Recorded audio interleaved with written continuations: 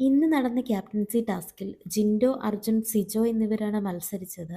ചില GK ക്വസ്റ്റ്യൻസും ചില ചിത്രങ്ങൾ കാണിച്ചുള്ള വളരെ സിമ്പിൾ ആയിട്ടുള്ള ക്വസ്റ്റ്യൻസും ഒരു ഗെയിമുമാണ് ടാസ്കിലുണ്ടായിരുന്നത്. എന്നാൽ ചിത്രങ്ങൾ കാണിച്ചുള്ള ചോദ്യങ്ങൾക്കെല്ലാം ജിൻഡോ ഏറെക്കുറെ തെറ്റായ ഉത്തരങ്ങളാണ് നൽകിയത്. എന്നാൽ ഇതിനെക്കുറിച്ച് ലാലേട്ടൻ ചോദിച്ചപ്പോൾ തനിക്ക് കണ്ണട അത്യാവശ്യമാണെന്നും അതില്ലാതെ പലതും കാണാൻ സാധിക്കില്ല എന്നും ജിൻഡോ പറയുന്നുണ്ട്.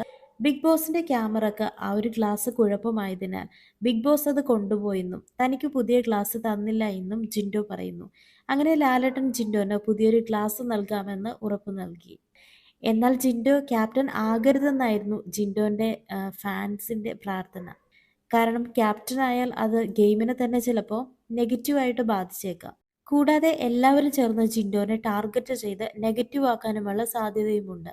അതുകൊണ്ട് തന്നെ ഈ ഒരു സമയത്ത് ക്യാപ്റ്റൻ എന്ന വലിയൊരു ഉത്തരവാദിത്വം തലയിലെടുത്ത് വെക്കാത്തതാണ് ജിൻഡോന് നല്ലത്. കൂടുതൽ അപ്ഡേറ്റ്സുകളുമായി വീണ്ടും കാണാം.